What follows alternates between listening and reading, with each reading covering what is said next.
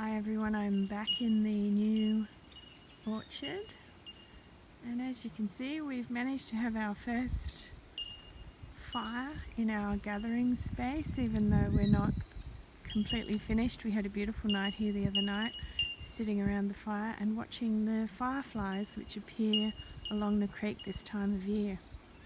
So very special with Will and Charlie joining us, but also just a week after my last video when I talked about putting seeds in, I thought you'd be keen to see how much growth we've got happening all over these banks. Everything's popping its head up. I always say my favourite thing to grow is topsoil, because if you know how to grow really beautiful topsoil, then everything else pretty much grows itself. So as you can see, we've got lots and lots of growth happening, and it's happening all the way around the circle. This is a good time to check. Sometimes when I'm planting seeds I've missed a bit, so now's a good opportunity to find any gaps and to plant in. But as you can see, it's all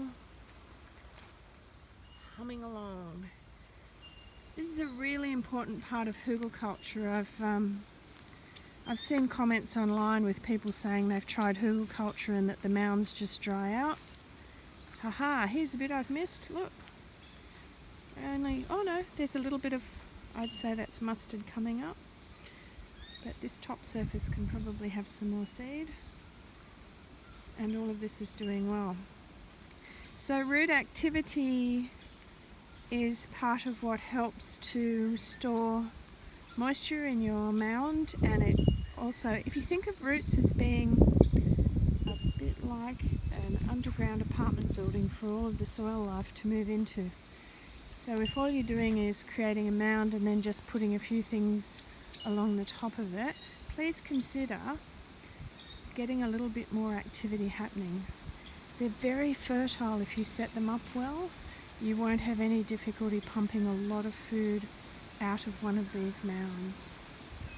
Oh no, Harry's crying. Oh Harry, what is it?